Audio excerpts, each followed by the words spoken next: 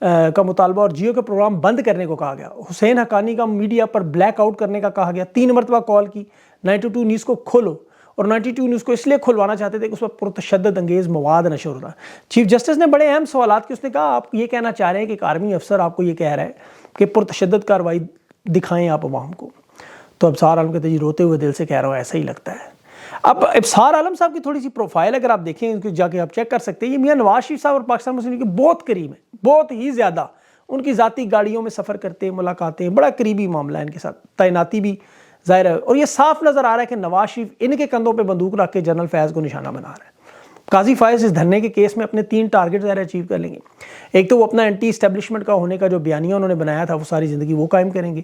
نواز شریف کے دشمنوں کے ساتھ حساب کتاب کرائیں. تیسرا طاہر القادری کے بارے میں جو ان کی رائے ہے, تحریک انصاف کے ساتھ اتحاد تھا, وہاں بھی اپنا ہاتھ رکھ دیں گے.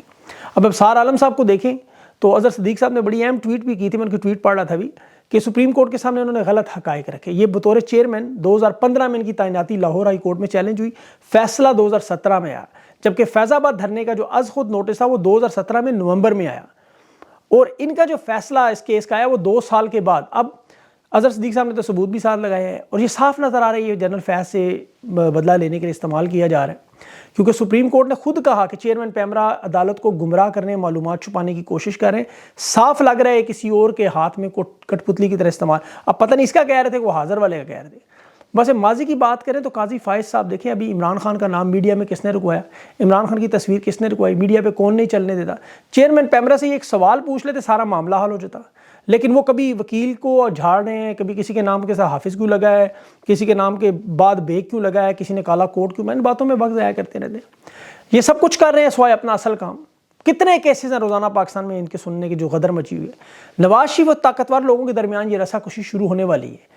دیکھیں نواز شریف کو ان کو ہو سکتا ہے فیض کو سزا دلوانے میں کامیاب ہو, لیکن اس کے بعد کیا ہوگا, کیونکہ یاد رکھیں کمپنی اپنے بندوں کو نہیں چھوڑتی. اسد درانی بہت بڑی مثال ہے, اس کی آپ کو پینشن نہیں رکی, اس کے معاملات کبھی نہیں رکے.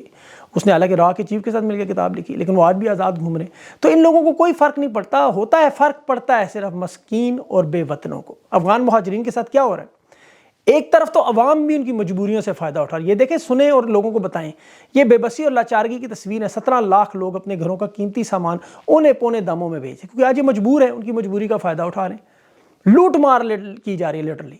غیر قانونی لوگوں کو لے کے دیکھیں نظام بنانا چاہیے, ایک سسٹم بنانا چاہیے. ایک تو انہیں 50,000 سے زیادہ لے کے جانے کی اجازت نہیں دے رہے, یعنی جو کچھ ہے یہاں بیچ کے جائیں آپ. مطلب کسی کو سونا ہے, کسی قیمتی گھر بنے ہیں, کوئی گاڑیاں ہیں, کسی کی جمع پونجی ہے, کسی کے پاس قیمتی جانور ہیں, گائیں بھیڑ بکریاں ہیں. اب ایک وہ 2-2 لاکھ کی تو بھیڑ بکریاں ہیں آج کل, آپ کو پتہ ہے گائیں وہ 10-10 5-5 ہزار میں لوگ خرید رہے ہیں. پتہ ہے مر جانی ہے چھوڑ کے, یہ اونے پونے داموں میں مجبوری سے فائدہ اٹھا رہے. اس مال میں برکت نہیں ہوگی کبھی بھی, یہ میری بات یاد رکھیں. خدا کے لیے ایسا نہ کریں, لوگوں کو بتائیں آپ. ان لوگوں کے ساتھ ہم نے اپنی آدھی روٹی جب شیئر کی تو اللہ نے ہمارے رزق میں اضافہ کیا تھا. یہ 1989 میں 44 سال ہو گئے, دیکھیں 44 سال میں ہم ناکام نہیں ہوئے. آج 2023 میں ہم کیسے گر گئے.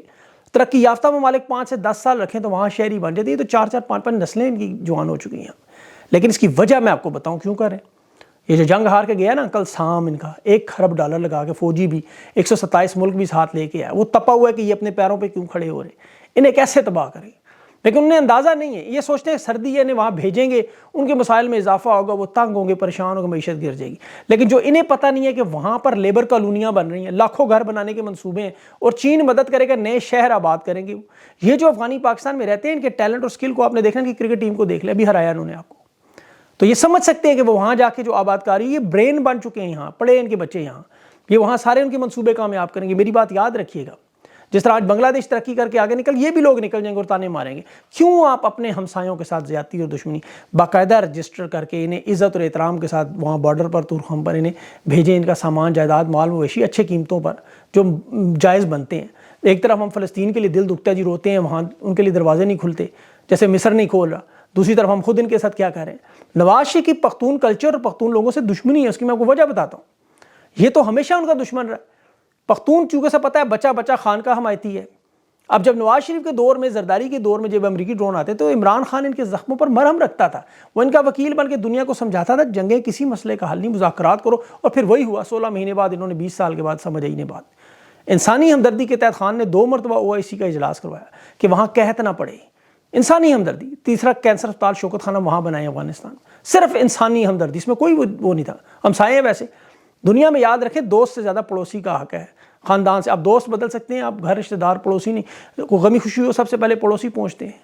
وہ حدیث مبارکہ بھی ہے نا کہ اتنے حقوق تھے پڑوسی کے, ڈر تھا کہیں جائیداد میں ان کے حصے کا اعلان نہ ہو جائے. ادھر پڑوس میں آگ لگے گی, اس کی حرارت اور تپش اور شعلے آپ تک بھی پہنچیں گے. اب یہ دیکھیں نواز شریف نے پختونوں کے ساتھ یہ کیا واردات کیا کی تھی. آپ کو یاد ہوگا جب سوات میں, وزیرستان میں, باجوڑ مہمند میں, تیرہ میں وہاں آپریشن ہوا, لوگ نقل مکانی کر رہے تھے, آئی ڈی پیز آ رہے تھے. نواز شریف اس وقت وزیر اعظم تھا اور شہباز شریف وزیر اعلیٰ تھا. ان لوگوں نے اٹک کا پل بند کروا دیا تھا. اس وقت اب جنگ اخبار کھول کے ساری پڑھیں, بڑی بڑی سرخیاں لگی تھی حکومت نے آئی ڈی پیز کے لیے اٹک پر روکنے کا. پنجاب اور سندھ میں وہاں ادھر زرداد دونوں جگہ داخلے پہ پابندی. ایسی ان لوگوں کے اندر یار نفرت بھری ہوئی ہے, جس طرح آج وہ مصر فلسطینی مہاجرین کو نہیں گھسنے دے رہا. اور وہاں تو چلو ان کا عامر بیٹھا نا, جنرل عبد الفتاح السیسی جو امریکہ کے پٹھو ہے, اس نے منتخب محمد مرسی کی حکومت گرائی, ان کی ہدایات مانتا ہے. بلکہ وہ نہیں, سعودی عرب کو بھی دیکھ لیں, آج میں ان کی پوری دنیا کے اخبارات کھول کے دیکھیں, وہ کہہ رہے ہیں کہ جیسے بھی حالات ہو ہم اس معاہدے کے تحت اسرائیل سے تعلقات اس لیول پہ لائیں گے جب بھی جنگ ختم ہوگی. جو بائیڈن سعودی عرب جب آیا تھا تو اس نے سعودی عرب کے ساتھ تعلقات بحال کرنے ہیں, اسرائیل کو تسلیم کرنے, ساری میگا ڈیل, بہت بڑا منصوبہ تھا. ابھی کانگریس کا ایک وفد تھا, ان کا سینیٹر لنزی گرائم, وہ بھی گیا ہے 10 دن پہلے شاید سعودی عرب. محمد بن سلمان سے ملاقات, اس میں انہوں نے صاف صاف بات کی, سعودی عرب اس معاملے میں مکمل دلچسپی رکھتا ہے, انہیں کوئی پرواہ نہیں آپ کی آپ کو کیا ہو رہا ہے. اور ابھی ایک اور اہم ملاقات آذربائیجان میں پاکستان کی ہو رہی ہے, جو یہ بہت بڑا اہم معاملہ. یاد رکھیں آذربائیجان اور البانیہ 2 مسلمان ممالک تھے جنہوں نے اسرائیل کی کھل کے حمایت کی. اب ایسی صورتحال میں ان کے ساتھ ملاقات کرنا, یہ نواز شریف کی ڈیل لندن معاہدہ بالکل صاف نظر آ رہا ہے, کیونکہ سعودی عرب بھی اپنی اس بات پہ قائم ہے کہ امریکہ سمیت اسرائیل کے ساتھ تعلقات قائم کریں گے. آذربائیجان کی ملاقات بھی بتا رہی ہے پاکستان اس جنگ میں کیا کودنے جا رہا ہے, کیونکہ معاشی حالات تو آپ کے سیدھے ہو ہی نہیں سکتے. اسرائیل امریکہ جب تک معاشی مدد نہیں کریں گے, نواز شریف کو اگر حکومت میں لاتے ہیں یہ لوگ, وہ کسی صورت میں ملک نہیں سنبھال سکتا, یہ جانتے ہیں. ایسی صورتحال ہے, انویسٹر باہر سے آنے کو تیار نہیں, لوکل انڈسٹری یہاں بند تباہ برباد ہے. ابھی شیل پیٹرول کی کمپنی جو ہے وہ اپنے حصے سعودی عرب کو بیچ رہی ہے.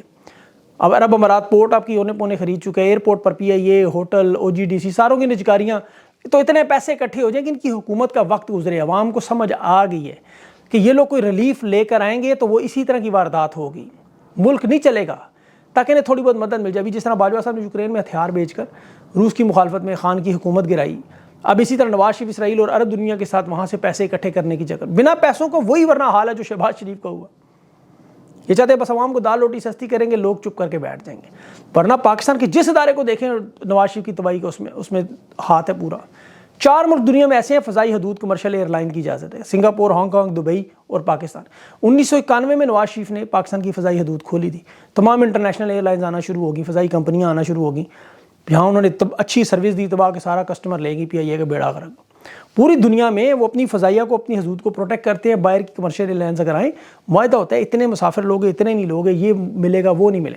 لیکن نواز شریف صاحب نے عرب امارات, قطر, سب کو کہا جی آؤ جی آؤ جی آؤ, مالے مفت دلے بے رحم, لٹو جتنا مرضی. سعودی عرب سمیت سارے آئے, اپنی فلائٹیں لے کے آئے, پی آئی اے فارغ, آج اونے پونے داموں انہیں کیا کو بیچ رہے ہیں. تو انہوں نے تو واردات یہ کرنی ہے, اپنا مال بنا کے نکل جانا ہے. ملک لیکن نہیں چل سکے گا اس طرح, یہ چاہے جو مرضی کر لیں. ابھی عمران خان کا نام دیکھیں, اب عمران خان کا نام وہ بن چکا ہے کہ 50 سال بعد بھی جو بندہ بھی سیاست میں الیکشن لڑے گا عمران خان کے نام پہ وہی جیتے گا. انہیں یہ سمجھ نہیں بات آ رہی. آج کے حالات یہ دیکھ رہے ہیں, میں اگلے آپ کو 50 سال کے بتا رہا ہوں نا کہ جو یہ واردات کر رہے ہیں, لیکن ملک کی تباہی. اللہ تعالیٰ ان کو عقل دے, پاکستان پر اپنا رحم و کرم کرے. ابھی شعیب شاہین صاحب سے انٹرویو کروں گا, انشاءاللہ وہ ضرور چیک کیجیے گا. اپنا خیال رکھیں, مجھے اجازت ہے. اللہ